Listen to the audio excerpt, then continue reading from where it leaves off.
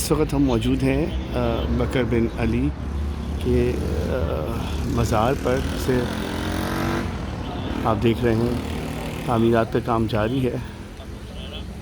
اور دیگر صحابیوں سے جابر بن عبداللہ الانصاری رضوان اللہ تعالیٰ علیہ مجمعین، ان تمام سے اس روایت کو نقل کیا ہے کہ جب ان اصحاب نے پیغمبر سے سوال کیا تو پیغمبر نے فرمایا کہ علی اور اس کے بیٹے ہیں۔ میں اس لیے اس بات کا ذکر کر رہا ہوں کہ آج اس آیت کو سماع کلام کے طور پر بیان کرنے کا اور تلاوت کرنے کا مقصد یہ تھا کہ آج ہم نے بہت سے ہی صحابی پیغمبر، اولاد صحابی پیغمبر، بلکہ مسلمانوں کے پہلے خلیفہ حضرت ابو بکر کی اولاد محمد ابن ابی بکر رضوان اللہ تعالی علیہ کے بارے میں گفتگو کرنا چاہتے ہیں۔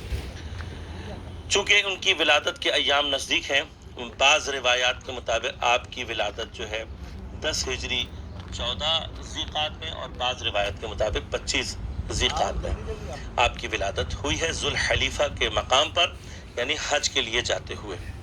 جناب محمد ابن ابی بکر، جیسا کہ میں نے آپ کی خدمت میں عرض کیا کہ تاریخ اسلام میں ان افراد میں ان کا نام آتا ہے کہ جو ابتدائے اسلام کے زمانے سے ہی شیعیان علی میں محسوب ہوتے تھے، اور آج بھی اگر تاریخ شیعیان علی کا ذکر کرتی ہے تو ان میں ایک چمکتا ہوا نام اور نہایت ہی اہم نام جناب محمد ابن ابی بکر کا ہے۔ عزیزان گرامی قدر، میں تھوڑا سا جناب محمد ابن ابی بکر کے بارے میں آپ کی خدمت میں ابتدائی طور پر کچھ مطالب عرض کر دوں۔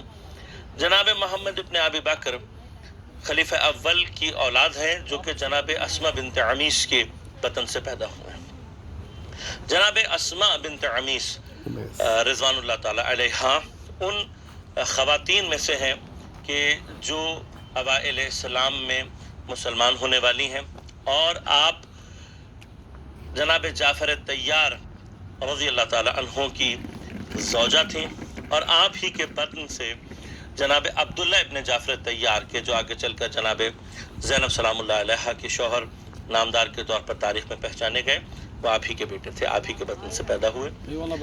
حضرت ابو بکر سے آپ کے ہاں جو اولاد پیدا ہوئی ان کا نام میں نے آپ کی خدمت میں عرض کیا، محمد ابن ابی بکر، اور پھر حضرت ابو بکر کے انتقال کے بعد مولا کائنات نے ان سے ازدواج کی، اور حضرت علی سے ان کے بطن سے جو بیٹا پیدا ہوا ہے وہ یحییٰ ابن علی علیہ السلام۔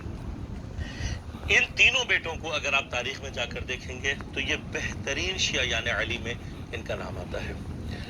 اول تو یہ کہ میں نے آپ کی خدمت میں عرض کر دیا اور یہ ثابت بھی کر دیا کہ لفظ شیعہ اور خصوصاً شیعیان علی پیغمبر اکرم صلی اللہ علیہ وآلہ وسلم کے دور سے یہ نام اور یہ گروہ رائج تھا۔ اسلام میں محبان علی کو شروع سے جس نام سے پکارا گیا وہ شیعیان علی تھے۔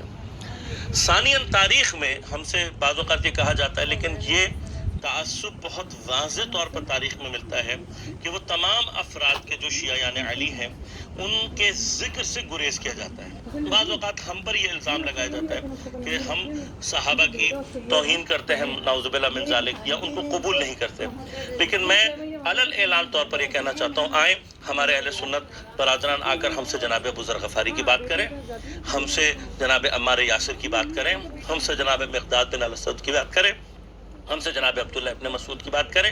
کیوں ان کی بات نہیں کی جاتی؟ کیوں ان کا ذکر نہیں کیا جاتا؟